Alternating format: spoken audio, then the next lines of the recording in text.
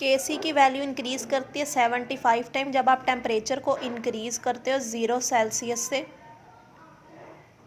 100 Celsius तक।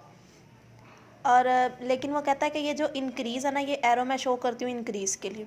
Increase जो है ना, ये नॉट रेगुलर, ऐसा नहीं है कि कोई फिक्स अमाउंट नहीं है कि आप 2 सेल्सियस टेम्परेचर इंक्रीज़ करोगे तो आपके पास 5 नंबर इंक्रीज़ होंगे, ऐसा नहीं है। उसने आपकी बुक में टेबल 8.4 पे शो किया हुआ है कि टेम्परेचर को जैसे जैसे आप इंक्रीज़ करते हो बड़ी इरेगुलरली, कभी बहुत ज़्यादा ऐड हो जाएगी, कभी बहुत थोड़ा सारा चेंज होगा, ठीक है। फिर उसके बाद ना उसने effect of acid and base की बात की है, ठीक है। यानी कि आपके पास न्यूट्रल वाटर है, जो सादा हमारे पास वाटर होता है, आप उसके अंदर ऐड कर रहे हो एसिड और बेस, तो इसका क्या असर पड़ेगा, ठीक है।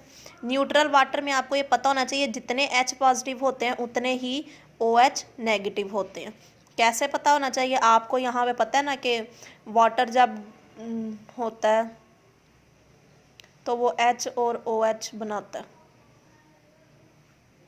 यानी कि एक वाटर के मॉलिक्यूल में जितने H हैं उतने ही OH हैं, इसीलिए वाटर का यहाँ पे H और OH की कंसनट्रेशन सेम होती है। सो यहाँ पे वो क्या करता है,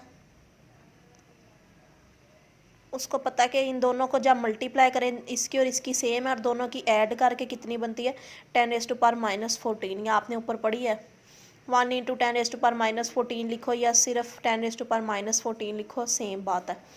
अब क्योंकि ये इसके इक्वल है ना, तो आप OH की जगह H ऐड कर सकते हैं। यहाँ पे कंफ्यूज नहीं होना कि OH की जगह H क्योंकि है, क्योंकि ऊपर लिखा है मैंने कि H और OH दोनों इक्वल हैं, तो आप H की जगह OH या OH की जगह H ऐड कर सकते हैं।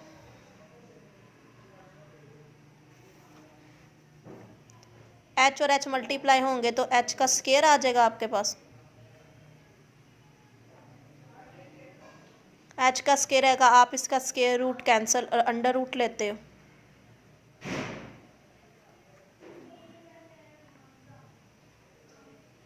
ये वैसे मैंने अंडर रूट लिया, ये अंडर रूट में मैं यानी कि इसको साइंटिफिकली कैलकुलेट किया जाता है with the help of calculator. ये काट जाएगा, यहाँ पे H पॉजिटिव की कंसनट्रेशन आ जाएगी, यहाँ पे 10⁻⁻7 आ जाएगा।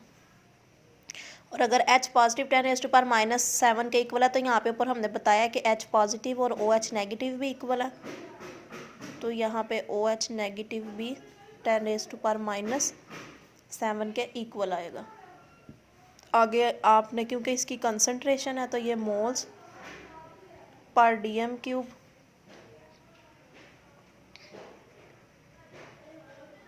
Moles per dm³। इसका क्या मतलब है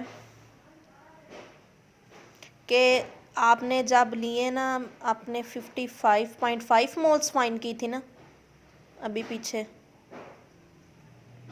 प्योर वाटर में इतने मोल्स हैं, इतने मोल्स में से सिर्फ 10⁻⁻7 मोल पर dm³ की आयनाइजेशन होती है, क्योंकि प्योर वाटर में बड़ी कम आयनाइजेशन होती है। अगर पूरे एक वाटर में, प्योर वाटर में इतने मोल्स यानी कि उसके 1 डेसीमीटर क्यूब में इतने मोल हैं, तो उसमें से सिर्फ 10⁻⁻7 यानी 0.00007 मोल सिर्फ डिसोसिएट होंगे H पॉजिटिव और OH नेगेटिव में, बाकी वाटर इसी तरह ही रहेगा।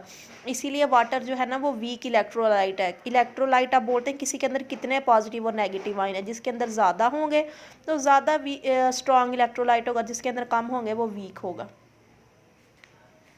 उसके बाद अगर आप यहाँ पे आएँ तो इसने थ्योरी में आपको बताया हुआ है at 40 Celsius the H positive and OH equal but the value are more than 10⁻। अगर वो 25 सेल्सियस पे, उसने यहाँ पे 25 सेल्सियस पे ये फाइंड की थी, वो कहता है अगर 40 हो जाती हैं तो रहेंगे तो हमेशा ये इक्वल ही, लेकिन इनके जो है ना वो वैल्यू चेंज हो जाएगी, ठीक है।